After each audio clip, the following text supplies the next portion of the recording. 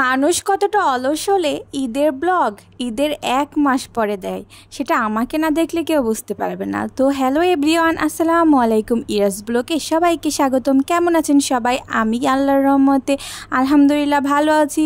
ভিডিওটা অবশ্য 1 মাস আগে করা, তো অনেক দিন ভাবছি এডিট করে করে মানে দিব ভাবছি, কিন্তু দেওয়া আর হয়ে ওঠে না আর কি। মানে অলসের কারণে, আর এমনিতে মন মেজাজও ভালো ছিল না। তাই আজকে ভাবলাম যে যতই দেরি হোক ঈদের ব্লগটা তো আমাকে দেওয়ার দরকার। আর যদিও আমি ভিডিওটা করে রাখছি, তো এই তো প্রথমে আম্মু ঈদের দিন আম্মু হচ্ছে সেমাই, তারপর আপনাদের খিচুড়ি, মাংস, এগুলো সব রান্না করেছিল। তো আপনারা কি রান্না করেন অবশ্যই জানাবেন। আমাদের তো প্রতি বছরই প্রথমেই আমরা খিচুড়ি রান্না করি, আর তার সাথে মাংস, ডিম ভাজি, তারপর আপনার আরও অনেক কিছু খাবার থাকে।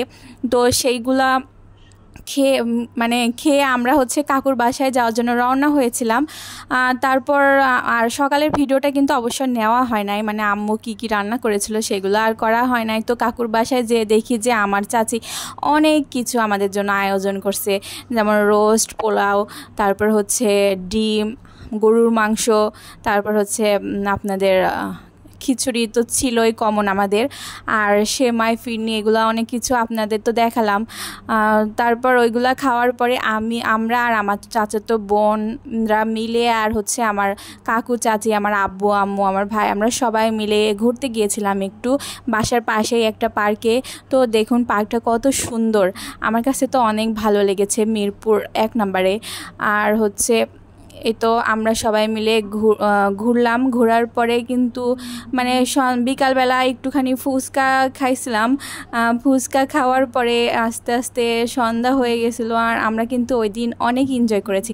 আপনারা ঈদের দিন কে কীভাবে এনজয় করেছেন অবশ্যই জানাবেন, যদিও 1 মাস হয়ে গেছে। তো ফুচকাটা কিন্তু অনেক মজা ছিল মিরপুর 1 নম্বরের। আর হচ্ছে তারপর আমাদের রাত হয়ে গেছিলো, তো বাসায় ফিরে আসতে যেয়ে দেখি যে আমাদের এলাকাটা তো অনেক সুন্দর করে সাজিয়েছে।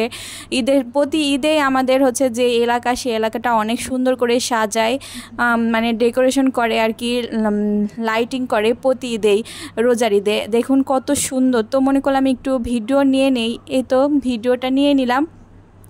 আপনাদের কাছে কেমন লেগেছে? আপনাদের এলাকা কি এরকম রোজার ঈদে সাজায়? অবশ্যই কমেন্টে জানাবেন। আমাদের এলাকায় কিন্তু একদম মনে হয় যে ঈদ, মানে এইখানে ঢাকা শহরে থাকলে পারেও, যদিও আমাদের সবাই হচ্ছে গ্রামে থাকে, গ্রামে বেশি আনন্দ হয়, কিন্তু 2টা ঈদের একটা ঈদ আমাদের ঢাকায় করা লাগে, কারণ মানে 2টা ঈদে যাওয়া সম্ভব না, আব্বু ছুটিও পায় না, তাই একটা ঈদ ঢাকায় করা লাগে। তো এতক্ষণ আমার ভিডিও দেখার জন্য অনেক ধন্যবাদ। সবাই ভালো থাকবেন। আল্লাহ হাফেজ।